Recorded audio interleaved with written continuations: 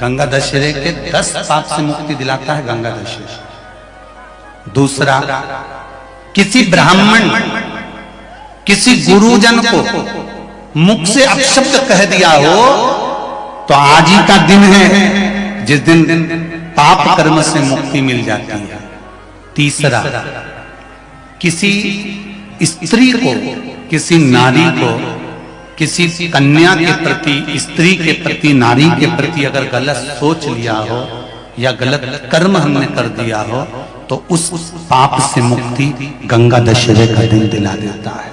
चौथा,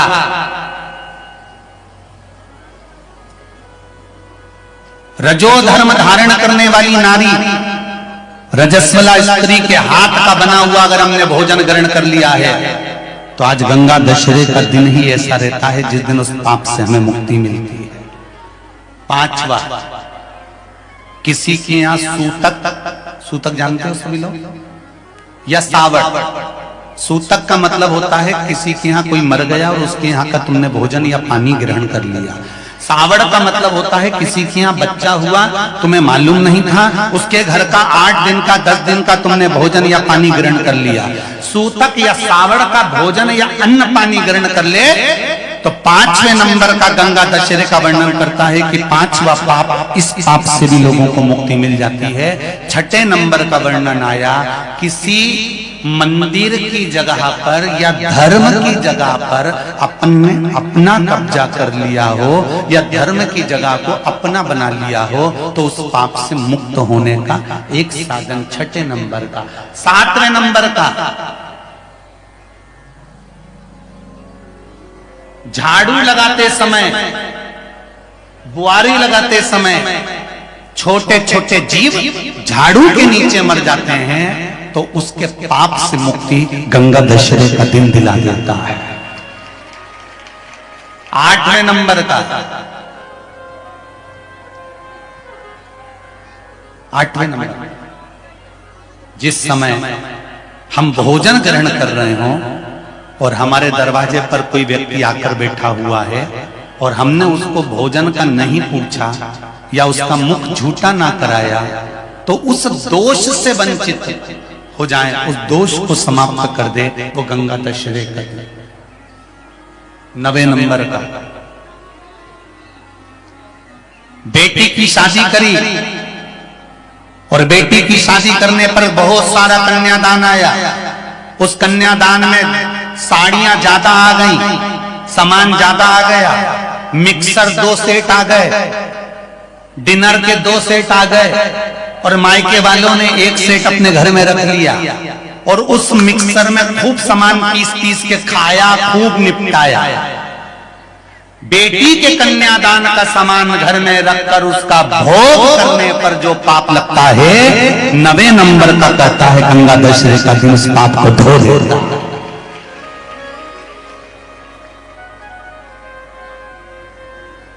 10वें नंबर का महाराज, यदि किसी तीर्थ में जाकर हमने कोई गलत काम करा होता है तो गंगा दशहरे का ये आज का दिन हमारे पाप को वो धो देता है। ये गंगा दशहरे के 10 पाप को धोने के लिए मात्र एक दिन है गंगा दशहरे का दिन। आज के दिन जो शिव जी को जल चढ़ाता है, शंकर भगवान कहते हैं भले उसने उसमें गंगा जल डाला नहीं डाला, पर मेरे ऊपर जब जल चढ़ाता है शिव जी कह देते हैं आज के चढ़े हुए जल को मैं गंगा जल बना देता हूं। आज गंगा दशहरे का दिन, खूब भजन करो, दान करो, पुण्य करो, सत्कर्म करो, नाम जाप करो, नाम स्मरण करो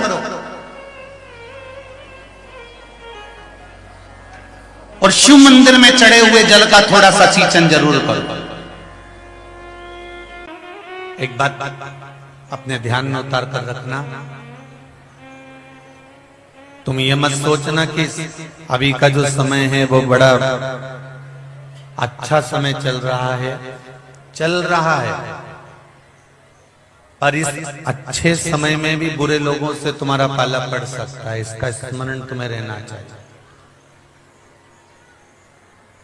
बुरा व्यक्ति हमेशा अच्छे व्यक्ति को देखकर झुकाने का ही प्रयास करे, पर जिसके भीतर शिव समाया हुआ होता है, जिसके भीतर शंकर समाया हुआ होता है, जिसके भीतर देवाधिदेव महादेव स्वयं समाये हुए होते हैं, फिर उसको घबराने की जरूरत नहीं होती। वो शिव भक्ति का मूल है। उसकी करुणा जब बरसती है,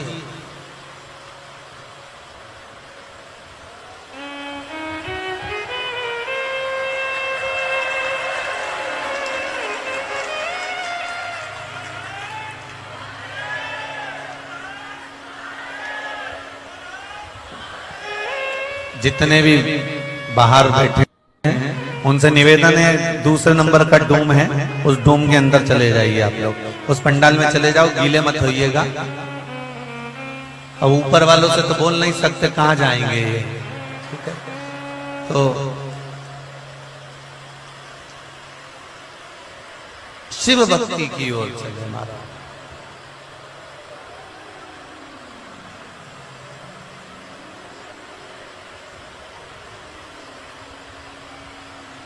और शिव की जो अविरल भक्ति है, शंकर भगवान की जो अविरल भक्ति है, वो सुख प्रदान करने वाला, आनंद देने वाला। महाराज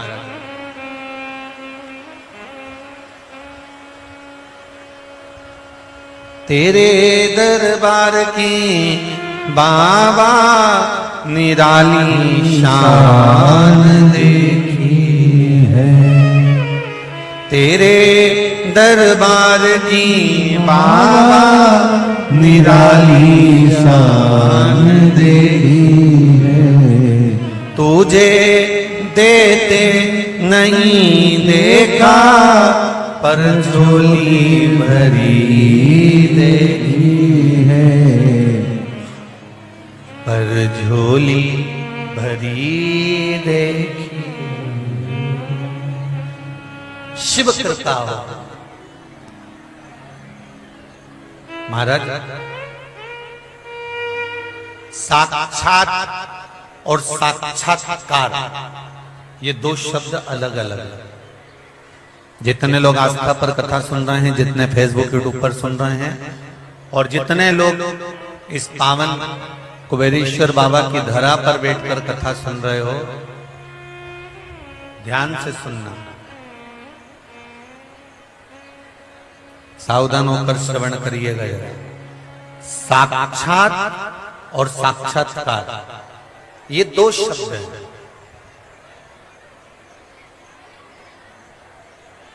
और ये दो शब्द,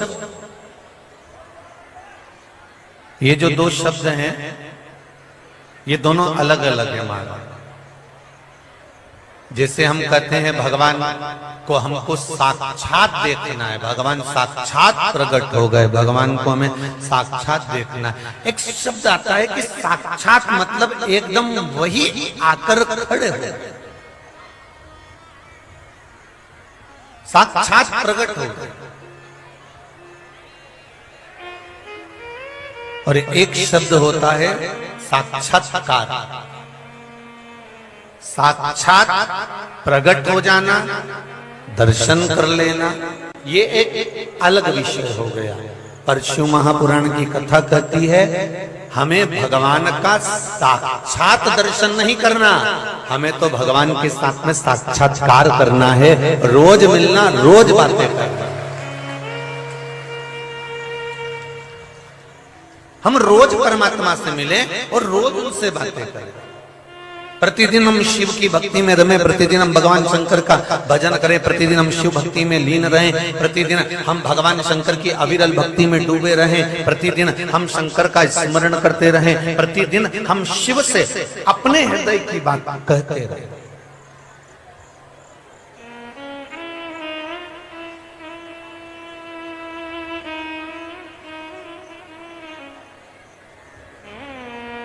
वो एक आप लोग पहले एक भजन गाया करते थे ना, तेरी पूजन को भगवान बना मन मंदिर आदि सा। महाराज,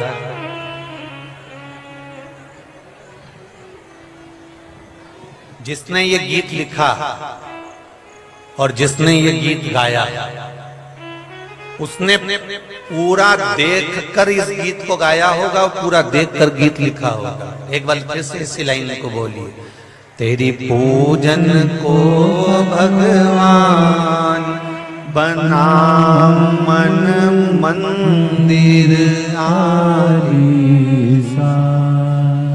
जिसने भी ये गीत लिखा है, जिसने ये गीत गाया है, उसको स्मरण में होगा, उसने ये नहीं बोला कि मैंने बहुत बड़ा मंदिर जमीन पर बनाया, उसने ये नहीं बोला कि मैंने बहुत बड़ा मंदिर अपनी प्रॉपर्टी पर बनाया, उसने बोला मन मंदिर आलीसा। वो कह रहा है कि मैंने अपने मन को मंदिर बना लिया, और ये मंदिर कोई साधारण नहीं है, ये मंदिर बहुत विशाल है। एक व्यक्ति ने हमसे प्रश्न करा था, ये भजन लिखा तो गुरुजी इसमें किस चीज की मूलता है? हमने क्या क्या चीज की मूलता है उसमें?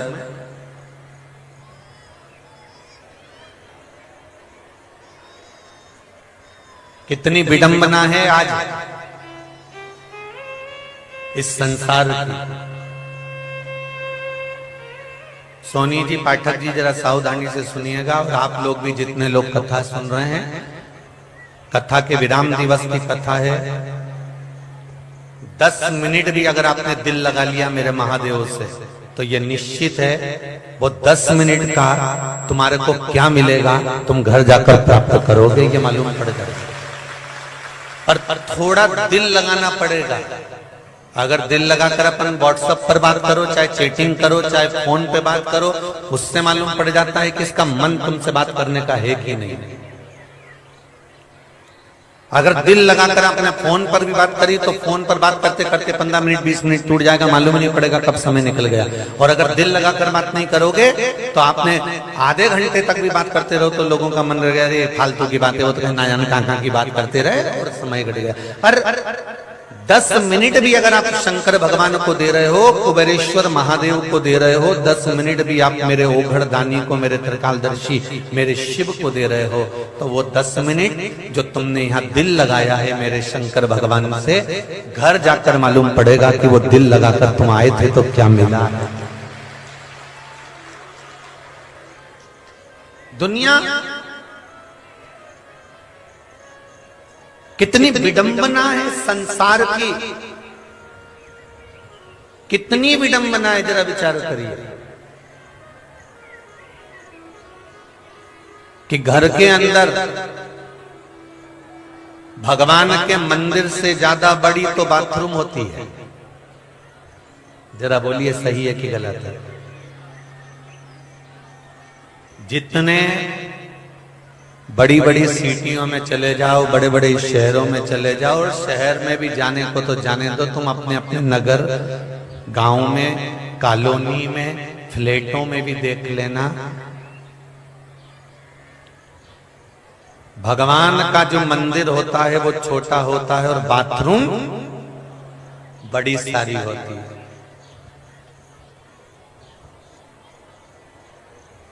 बड़ा क्या होना चाहिए? अरे बोलो जमते, मंदिर बड़ा होना चाहिए कि हम जिस भगवान का पूजन करने के लिए बैठे, हम जिस भगवान का अभिषेक करने के लिए बैठे, हम ठाकुर जी से लाड लड़ाने के लिए बैठे, हम भगवान कृष्ण से सेवा करने के लिए बैठे, हम भगवान राम का पूजन करने बैठे, हम शंकर जी का अभिषेक करने बैठे, तो मंदिर अगर बड़ा होगा तो हमारी बहू, हमारा बेटा, हमारी पोती, हमारे नाती, हमारे पंती, हमारे परिवार का सारा सदस्य उस मंदिर के अंदर एक छत के अंदर बैठेगा, तो उस परमात्मा की छत्र छाया पूरे परिवार पर बनी रहेगी। पूरे परिवार, हमारा पूरा वंश बढ़ता जाएगा।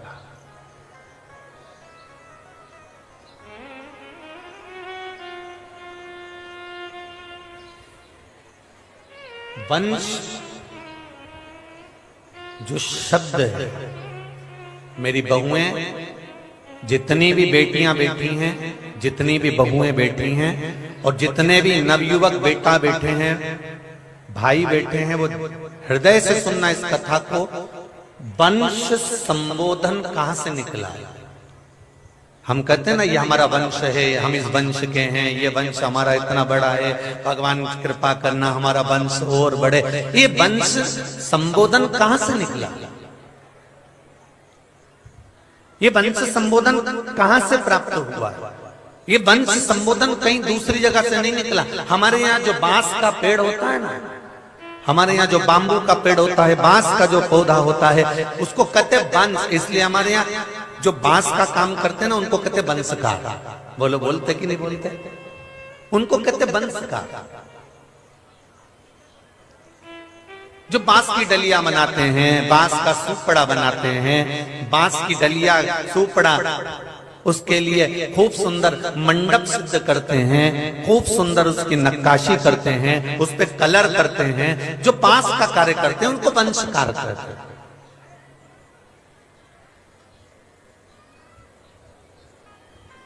कितना महत्व है हमारे यहां वंशकार का।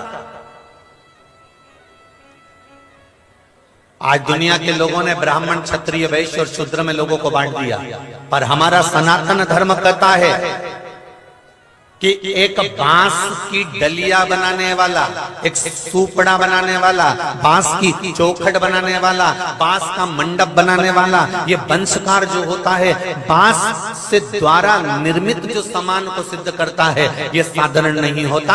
हमारा शास्त्र कहता है आज भी चाहे ब्राह्मण हो, चाहे क्षत्रिय हो, चाहे वैश्य हो, चाहे शूद्र हो, इन चारों वर्णों में अगर शादी होती है तो पहले वंशकार की डलिया से ही शुरुआत होती है। वंशकार की डलिया से शुरुआत होती है। हमारे यहां सबसे पहले क्या लेकर आते हैं? खल मिट्टी। हमारे यहां सबसे पहले लेकर क्या आते? केवल मिट्टी लेकर आते, केवल खल मिट्टी लेकर। और खल मिट्टी को लेने के लिए जाते हैं बांस की डलिया लेकर, सुपड़ा लेकर, माताएं भजन गाती गाती, कीर्तन गाती गाती, बन्ना बन्नी गाती गाती, बांस की डलिया में थोड़ी सी मिट्टी खोदकर उस डलिया में डालकर उसको लेकर आते हैं। फिर उससे कुछ कुछ सामग्री बनाते हैं, चूल्हा वगैरह, ये कुछ भी सामान बनाते हैं, फिर उस पर पूजन वूजन करते हैं। आज भी नियम है। बोलो रे जी, जो सही है कि गलत है? अरे जम के तो बोलो, सही है ना? तो आज भी नियम है कि वंशकार के यहां से आई हुई डलिया में, वंशकार के यहां से आए हुए सुपड़े में हमारे यहां सबसे पहले शादी का काम किया जाता है। क्यों? उसका कारण क्या है? क्योंकि वंश संबोधन बांस से उत्पन्न हुआ। वंश का जो संबोधन है वो बांस।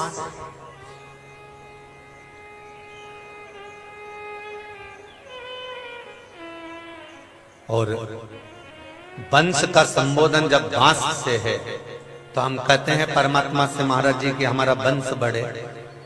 तो आप विचार करिएगा कि ये बांस से वंश का संबोधन कैसे जुड़ गया। सारे वृक्षों में केवल एक वृक्ष बांस का होता है। बांस का जो पौधा होता है, बांस का जो वृक्ष होता है, बांस का जो पेड़ तैयार होता है, वो वृक्ष बांस जहां लगता है वहां बहुत सारे बांस एक साथ लगते हैं। देखें आप लोगों ने, बहुत सारे बांस एक साथ लग गए। वंश संबोधन कैसे निकला उसका ध्यान करना। कोई आपसे पूछ लेगा, कभी भी कोई प्रश्न कर सकता है, कोई पूछ सकता है आपसे, कभी भी किसी भी समय पर, कि वंश संबोधन कैसे प्राप्त हुआ। हमारे सनातन धर्म में, सनातन धर्म के भीतर, सनातन धर्म के अंतर्गत, चाहे ब्राह्मण हो, चाहे क्षत्रिय हो, चाहे वैश्य हो, चाहे शूद्र हो, चारों वर्णों को बराबर लिया है। सुधीर भैया भी बैठे हुए हैं। श्री शिवाय नमस्तुभ्यं। चारों वर्ण बराबर। शुरुआत देखिए हमारे जीवन में, जब जब कोई अच्छा कार्य होता है हमारे जीवन में, जब जब कोई अच्छे कार्य की ओर बढ़ते हैं, तो वंशकार समाज द्वारा जो बांस की डलिया बनाते हैं, सुपड़ा बनाते हैं, बांस का सामान बनाते हैं, उन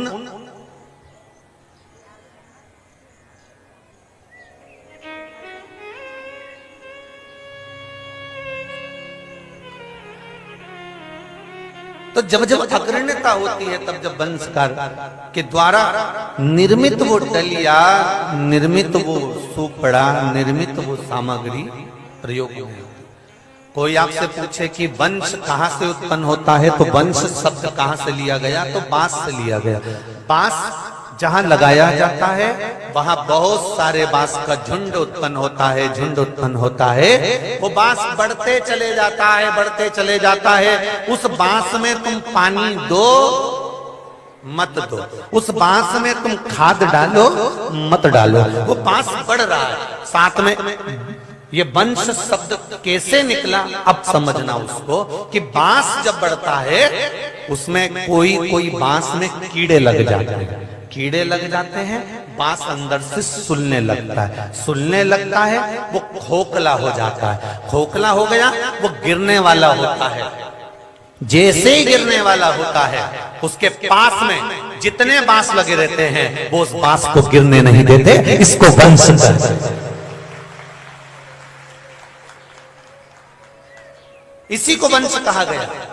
हम जिस परिवार में रह रहे हैं, 4 भाई हैं, 5 भाई हैं, 6 भाई हैं, 7 भाई हैं, हम जिस परिवार में रह रहे हैं, हम जिस कुटुंब में रह रहे हैं, हम जिस वंश के हैं, आवाज डाउन हो रही, हम जिस वंश के हैं, हम जिस परिवार में, कुटुंब में, कबीले में रह रहे हैं, उस परिवार में रहने वाला व्यक्ति एक बात ध्यान लगाकर सुन ले कि अगर कोई एक भाई, कोई एक परिवार का व्यक्ति, कोई एक पुत्र अगर गलत संगत में पड़ गया है, गलत मार्ग पर चले गया है, कोई गिर रहा है, कोई गिरने वाला है, बहुत ज्यादा इसको तकलीफ आ गई है, तो बाकी के वंश वालों को, परिवार वालों को चाहिए कि हमें उसको संभालना है, गिरने नहीं देना है, तब समझो कि हमारा वंश श्रेष्ठ है।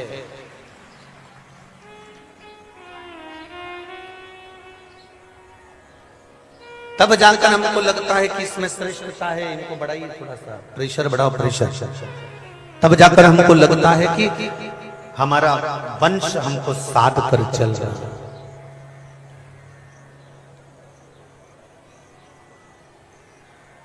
महाराज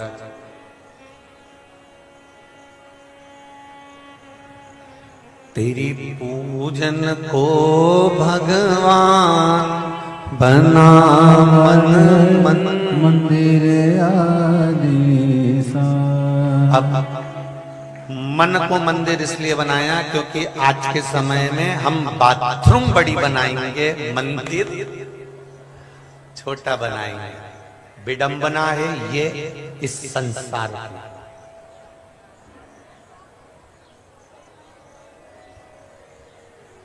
विडंबना, बाथरूम इतना बड़ा है कि तुम 2 बार गुलटैया खा जाए, लोट लगा, और मंदिर इतना सा है कि दंडवत करने बैठे तो पूरा भी नहीं सो पा रहे ने, पांव समेट के फिर प्रणाम करा। विचार करना चाहिए।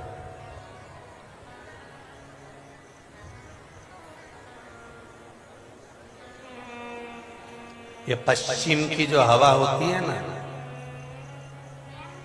पश्चिम की हवा जब जब चलती है, खूब बादल भी हो जाए तो भी पानी नहीं बरसता। और जो पश्चिम सभ्यता में पढ़कर तुम मंदिर छोटा कर कर बाथरूम बड़ी कर रहे हो ना, इससे तुम्हारा भला नहीं होने वाला, एक ना एक दिन तुम्हारी बर्बादी ही होने वाली। पश्चिम से चली हुई हवा, पश्चिम सभ्यता, ये हमको आगे नहीं बढ़ने दे सकते। घर का मंदिर छोटा होकर बाथरूम बड़ी होती चली जा रही है, उससे हमारे को सुख का अनुभव नहीं हो सकता, हमारे जीवन में आनंद का अनुभव नहीं हो सकता, हमारे जीवन में खुशियां नहीं आ सकती। हमारे जीवन में हम उन आनंद को प्राप्त नहीं कर सकते। जितने बैठे हो ना यहाँ पर, और जितने भी लोग आस्था चैनल पर कथा सुन रहे हैं, फेसबुक यूट्यूब पर कथा सुन रहे हैं, थोड़ी सीओर वाले महाराज की बात बुरी जरूर लगेगी, पर अपने अपने घर में भी देख लेना। मंदिर इतना सा, मंदिर को रखने के लिए, भगवान को रखने के लिए नए मकान में, पुराने मकान में भगवान को रखने के लिए कोना ढूंढा जाता है, और मेहमान को रखने के लिए सोफा सेट ढूंढा जाता है। देखिए,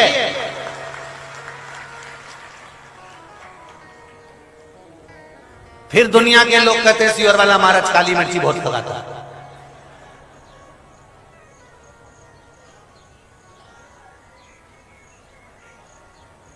गलत हो तो बता देना हो। अगर कहीं तुम्हें ऐसा लगे कि महाराज जी गलत, भगवान को बिठाने के लिए कोना ढूंढा जाता है। कौन से कोने में रखूं, कौन सी जगह पे रखूं, इतना छोटा सा मंदिर लेके आई, इतना छोटा सा, क्योंकि घर में जगह नहीं है हमारे यहाँ जगह नहीं। तो तुम भी तो सोते होगे, तुम भी तो रहते होगे। जब मालूम पड़े कहाँ हमारे फ्लैट में जगह नहीं है, हमारे फ्लैट में जगह नहीं, बड़े बड़े शहरों में कहाँ जगह गुरुजी, कहाँ जगह, छोटा सा हाल रे, रसोई रे। अच्छा, फ्लैट बनाने वाले भी इतने समझ